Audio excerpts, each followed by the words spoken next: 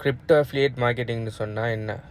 Affiliate marketing என்னென்னு வழங்கினா தான் crypto affiliate marketing என்னென்னு வழங்கும். அஃபிலியேட் மார்க்கெட்டிங்னு சொன்னால் உங்களோட ப்ராடக்ட் இல்லாமல் இன்னொரு கம்பெனியோட ப்ராடக்டையோ சர்வீஸையோ கோர்ஸையோ நீங்கள் அஃபிலியேட்டாக ஜாயின் பண்ணி உங்களோட மார்க்கெட்டிங் ஸ்கில்லூடாக அந்த ப்ராடக்ட்டுக்கோ சர்வீஸுக்கோ கோர்ஸுக்கோ நீங்கள் சேல்ஸ் ஜென்ரேட் பண்ணி கொடுப்பீங்கன்னு சொன்னால், ஜென்ரலாக சேல்ஸ் எடுத்து கொடுக்குறது தான் அஃபிலியேட் கொடுப்பாங்க. சில நேரம் லீட் எடுத்து கொடுக்குறது, சில இன்டராக்ஷன் இல்லாட்டி ஆப் டவுன்லோடுக்கும் அஃபிலியேட் மார்க்கெட்டிங் செய்யலாம். பட் மோஸ்ட்லி நடக்குது என்னன்னு சொன்னால் சேல்ஸ் எடுத்து கொடுக்குறது தான்.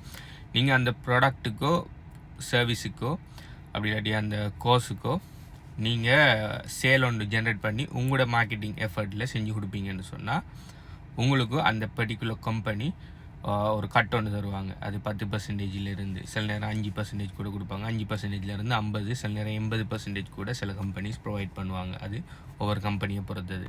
ஆனால் நீங்கள் செய்கிற மார்க்கெட்டிங்க்கு அவங்க ஃபஸ்ட்டுக்கு எந்த விதமான பணமும் தர மாட்டாங்க. உங்களோட மார்க்கெட்டிங் சக்ஸஸ் ஆகி அந்த மார்க்கெட்டிங் எஃபர்ட்டால் சேல்ஸ் நடந்தால் மட்டும்தான் அவங்க கமிஷன் தருவாங்க.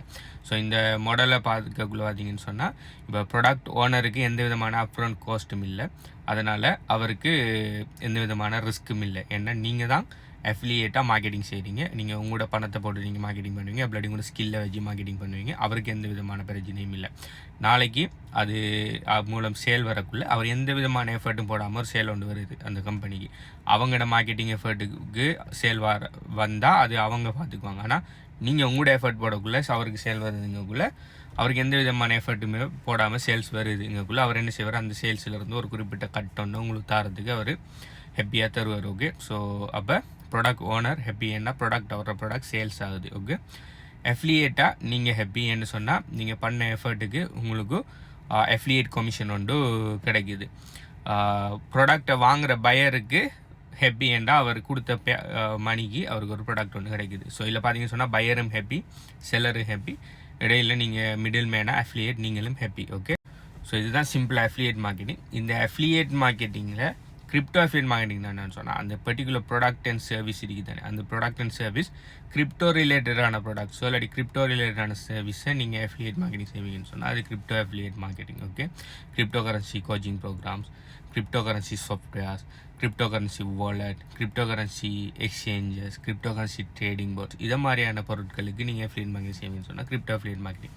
பட் நார்மல் அஃபிலியேட் மார்க்கெட்டிங் பார்த்தீங்கன்னு சொன்னால் ஆல்மோஸ்ட் நிறைய பேர் லட்சக்கணக்கான ஆட்கள் செஞ்சிட்டு இருப்பாங்க general affiliate marketing. Okay, so ஆனால் பார்த்தீங்கன்னு சொன்னால் கிரிப்டோ கரன்சிங்கிறது ஒரு லாஸ்ட் ஒரு 10 இயர்ஸாக தான் இருக்கிற ஃபீல்டு உண்டு. ஸோ அதனால் பெரிய அளவில் கம்பெடிஷனே இல்லைன்னு சொல்ல மாட்டேன், பட் பெரிய அளவில் கம்பெடிஷன் இல்லைங்கிறதால நீங்கள் கிரிப்டோ நீச் எடுத்து அதில் அஃபிலியேட் மார்க்கெட்டிங் செய்யக்குள்ள நீங்கள் ஜென்ரல் அஃபிலியேட் மார்க்கெட்டிங் செய்கிறத விட கிரிப்டோவில் நீங்கள் செய்யக்குள்ள உங்களுக்கு அதில் சக்ஸஸ் ஆகிறதுக்குரிய ப்ராபபிலிட்டி கூட. ஓகே, ஸோ இந்த அஃபிலியேட் மார்க்கெட்டிங்கு நீங்கள் மணி இன்வெஸ்ட் பண்ணணுமான்னு கேட்டால் நீங்கள் பெய்ட் அட்வர்டைஸ்மெண்ட்ஸ் ரன் பண்ணுவீங்கன்னு சொன்னால் நீங்கள் மணி இன்வெஸ்ட் பண்ணணும். ஆனால் எடுத்தோடனே எல்லாரும் பெய்ட் அட்வர்டைஸ்மெண்ட் செய்ய போக மாட்டாங்க.